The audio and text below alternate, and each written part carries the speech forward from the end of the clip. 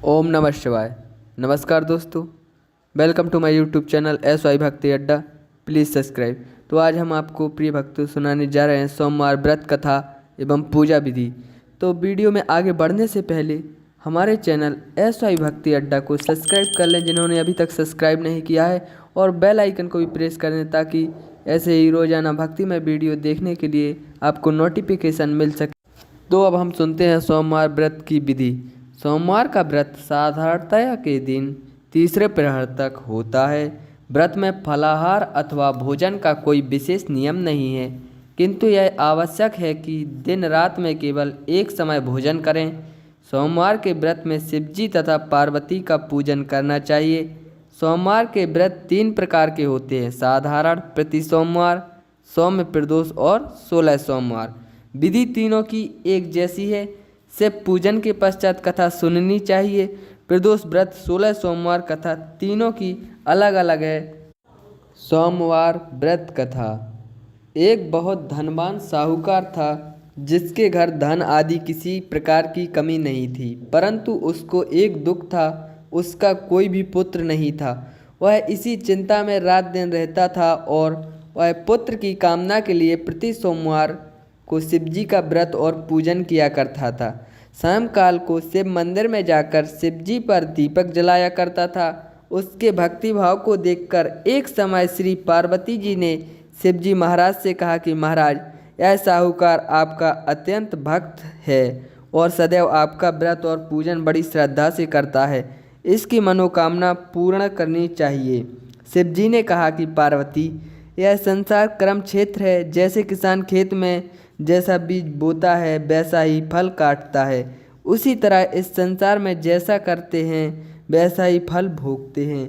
पार्वती जी ने अत्यंत आग्रह से कहा कि महाराज, जब यह आपका ऐसा भक्त है और यदि इसको किसी प्रकार का कोई दुख है तो उसके दुख को अवश्य दूर करना चाहिए, क्योंकि आप सदैव अपने भक्तों पर दयालु हैं, उनके दुखों को दूर करते हैं। यदि आप ऐसा ना करेंगे तो मनुष्य क्या आपकी सेवा व्रत करेंगे।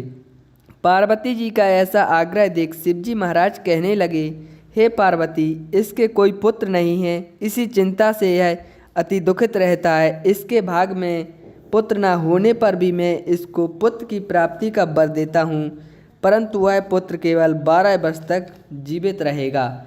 इसके पश्चात वह मृत्यु लोक को प्राप्त हो जाएगा।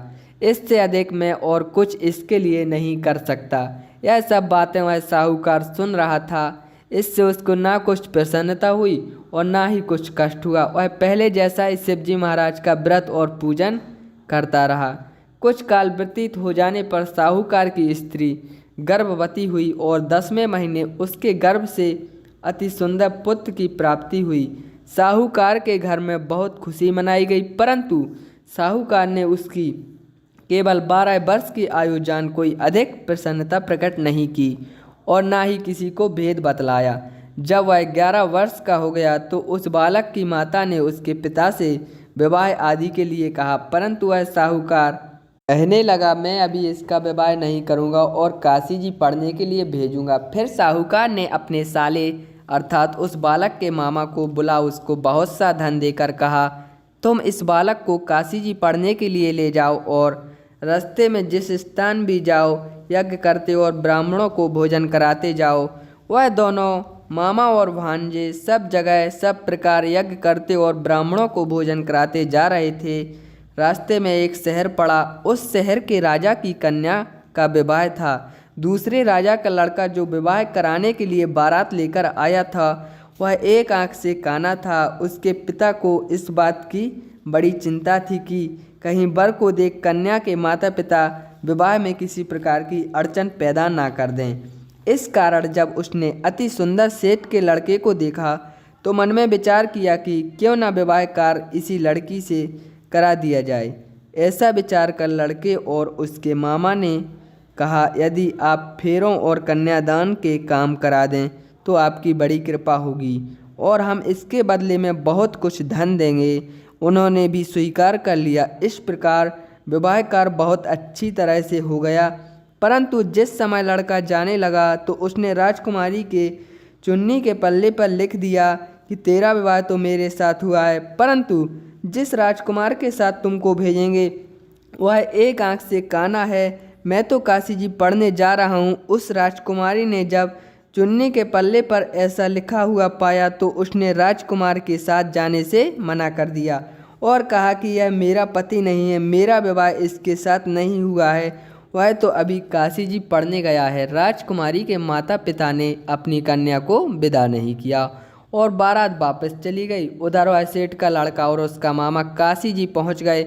वहाँ जाकर उन्होंने यज्ञ करना के ने पढ़ना शुरू कर दिया। जब लड़के की आयु 12 साल की हो गई, एक दिन जब वे यज्ञ कर रहे थे कि लड़के ने अपने मामा जी से कहा, मामा जी आज मेरी तबीयत कुछ ठीक नहीं है। मामा ने कहा अंदर जाकर सो जाओ।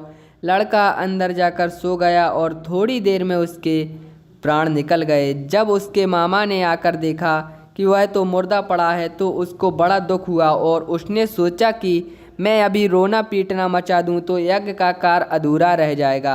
अतः उसने जल्दी से यज्ञ का कार्य समाप्त कर ब्राह्मणों के जाने के बाद रोना पीटना आरंभ कर दिया।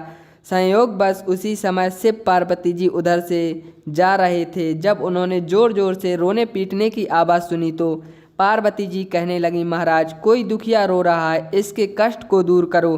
तब शिव जी बोले, इसकी आयु इतनी ही थी सो भोग चुका। पार्वती ने कहा कि महाराज कृपा करके इस बालक को और आयु दो, नहीं तो इसके माता पिता तड़प तड़प कर मर जाएंगे। पार्वती जी के इस प्रकार बार बार आग्रह करने पर शिव जी ने अपनी जीवन वरदान दिया और शिव जी महाराज की कृपा से लड़का जीवित हो गया। शिव पार्वती जी कैलाश चले गए। तब लड़का मामा उसी प्रकार यज्ञ करते रहे तथा शिक्षा पूरी हो जाने पर घर वापस चल पड़े। रास्ते में उसी शहर में आए जहाँ विवाह हुआ था।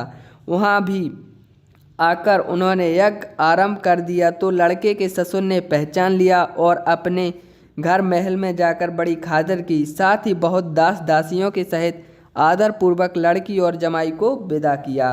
जब वह अपने शहर के निकट आए तो मामा ने कहा कि मैं पहले तुम्हारे घर जाकर सबको खबर कर आता हूँ। उस समय लड़के के माता पिता अपने घर की छत पर बैठे हुए थे और उन्होंने यह प्रण कर रखा था कि यदि हमारा पुत्र सकुशल घर पर आए तो राजी खुशी नीचे उतर कर आएंगे, नहीं तो छत से गिरकर अपने प्राण खो देंगे। इतने में उस लड़के के मामा ने जाकर यह समाचार दिया कि आपका पुत्र आ गया है, परंतु उनको विश्वास नहीं आया। तब उसके मामा ने शपथ पूर्वक कहा कि मैं शपथ लेता हूँ आपका पुत्र अपनी स्त्री के साथ बहुत सारा धन साथ में लेकर आया हुआ है। तो सेठ ने आनंद के साथ उसका स्वागत किया और बड़ी प्रसन्नता के साथ रहने लगे। इसी प्रकार जो कोई भी सोमवार के व्रत को धारण करता है अथवा इस कथा को पढ़ता या सुनता है उसके भी सब दुख दूर हो, उसकी समस्त मनोकामनाएं पूर्ण हो जाती हैं। बोलिए शिव शंकर भगवान की जय। प्रिय भक्तों, कमेंट में ओम नमः शिवाय जरूर लिखें और ऐसे ही रोजाना भक्तिमय वीडियो देखने के लिए हमारे चैनल SY भक्ति अड्डा को सब्सक्राइब करें। जय माता दी।